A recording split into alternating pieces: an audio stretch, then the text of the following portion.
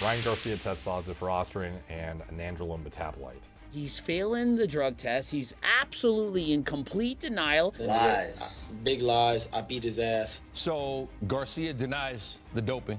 What are your thoughts on the denial? I mean, of course. I mean, whoever got caught doping and admitted.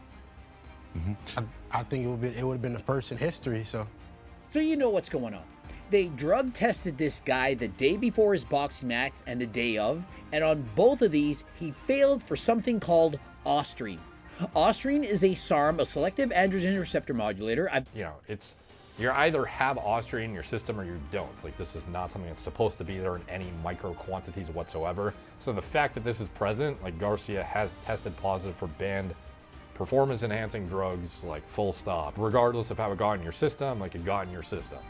That's what you need to know. He basically failed for taking something that's banned by WADA. You can't take it, you're cheating. And so upon him discovering this news, because remember, when they do the drug testing, it takes like a week to get the results. It's not something that they just find out in a minute. It takes a little while. And if he's guilty, we'll see what happens.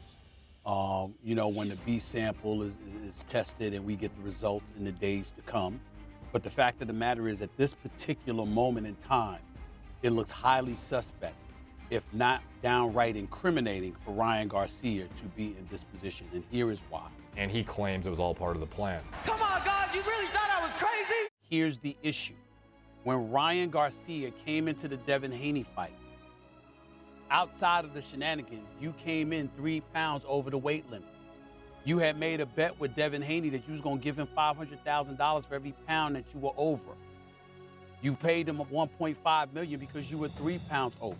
Call correctly. 143.2 official weight for Ryan Garcia. In addition to that, to make matters even worse, he bet money on himself, which you're allowed to do. But when you take PEDs and weigh in more than you're supposed to, like, there is a little bit of it's creating a bit of a storyline that could be used against you when it comes to trying to prove your innocence. You certainly have a lot more incentive to cheat in various ways if there was a lot of money on the line for yourself. So he bet $2 million on himself to win, apparently netting upwards of $10 million after he won. Yeah, There's a story of you bet $2 million on yourself. No. And then that all culminates in him testing positive for PEDs now, and people are wondering, was this all him by design having this constellation? He had tremendous potential to be a great face for boxing, because he was somebody that Madison Avenue could gravitate to as well, Christine. That's how I was thinking. And then you go and you lose to Gervonta Davis. No big deal. Gervonta Davis is one of the great ones. Top 5 fighter on the planet. As far as I'm concerned, the brother big time. Caught you with a body shot, dropped you in the second round prior to that. We know what happened there. But I would like to have seen a rematch. How would you describe what you felt in the ring? Was there anything unusual that you sensed? I mean, I can't really say, that. I knew that it was a tough fight, obviously.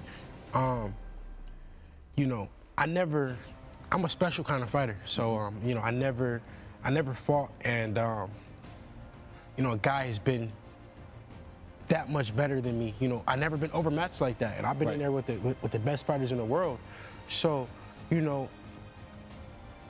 I felt like something was up, but I didn't want to make any excuses or be that guy. At the end of the day. So I put it in Allah's hands, and I said, you know what? He was a better man. He was a better man that night, and I go back to the drawing board and figure out what's next. But it definitely had me questioning a lot of things, my preparation, my trainers, my team, myself. But that's what a loss will do to you in general. Now that the allegations are there, and again, we'll need a B sample to prove it conclusively, but how confident are you that things would have gone different if, in fact, he was doping? I mean, I could sit here and say how things would have went different, but it's reality. When I want to be on an even playing field, no matter if a guy's better than me or not. Right. It's only fair that when we step in that ring, we're equal, and especially boxing is a brutal sport. we put our lives on the line. I could have, lost my life in that ring, and that's just reality. But I also could have took his life. He could have took my life. That's just that we run that risk when we step in the ring. I understand that. But when a guy is taking in performance enhancement drugs, it's just it's dangerous. It's dangerous for the guys in the ring. You know how boxing marketing works. This is only going to drive more interest in a rematch between the two of you. Yeah. How interested are you in getting back in there with him again? Honestly, I'm not too interested in it. During the build-up, we've seen a lot of interesting things from him. We've seen his character. We've seen the guy cheat. We see the type of person that he is.